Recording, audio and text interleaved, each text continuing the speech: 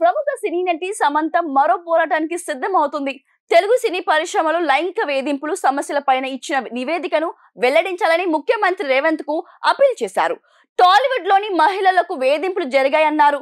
2019లోనే ఏర్పాటైన sub committee report ఏదని సమంత ప్రశ్నించారు. ఆ కమిటీ రిపోర్ట్ ను బయట పెట్టాలని తెలంగాణ ప్రభుత్వానికి విజ్ఞప్తి చేశారు. మలయాళ చిత్ర పరిశ్రమలో మహిళలు ఎదుర్కొంటున్న సమస్యలను వెలికి తేవడంలో హేమ కమిటీ పనితీరు అద్భుతంగా ఉందని టాలీవుడ్ హీరోయిన్ సమంత ప్రశంసించారు.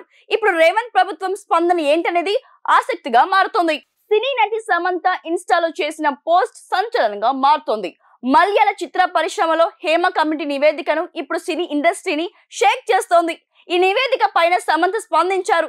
హేమ కమిటీ నివేదిక పనితీరును ప్రశంసించారు. ఈ కమిటీ ఏర్పాటు కారణమైన WCC సంస్థను ఆమె అభినందించారు. ఆ సంస్థ సభ్యుల కష్టం వల్లే ఈ రోజు మహిళల సమస్యలు చర్చనీయాంశంగా మారాయని చెప్పారు. సినీ పరిశ్రమలో మహిళల సంరక్షణ కోసం ఆ సంస్థ అవిశ్రాంతంగా పాటుపడుతుందని అభినందించారు. ఇదే తరహాలో తెలుగు సినీ ఇండస్ట్రీ నివేదిక పైన సమంత పోరాటానికి సిద్ధం అవుతున్నట్లు కనిపిస్తోంది. సమంత చేసిన పోస్ట్ లో తెలుగు చిత్ర పరిశ్రమలోని మహిళల పైన మేము హేమ కమిటీ నివేదికను స్వాగతిస్తున్నాము.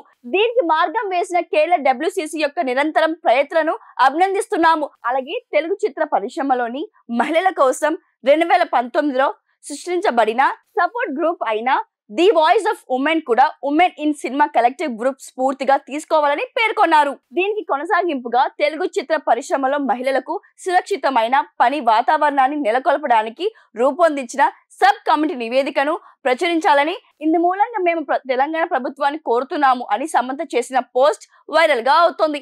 ఇప్పటికే సినీ ఇండస్ట్రీలో పలు అంశాలపైన వివాదాలు కొనసాగుతున్నాయి. ఈ సమయంలో తెలంగాణ ప్రభుత్వం తాజాగా సమంత చేసిన అప్పీల్ పైన ఏ విధంగా స్పందిస్తుందనేది చూడాలి.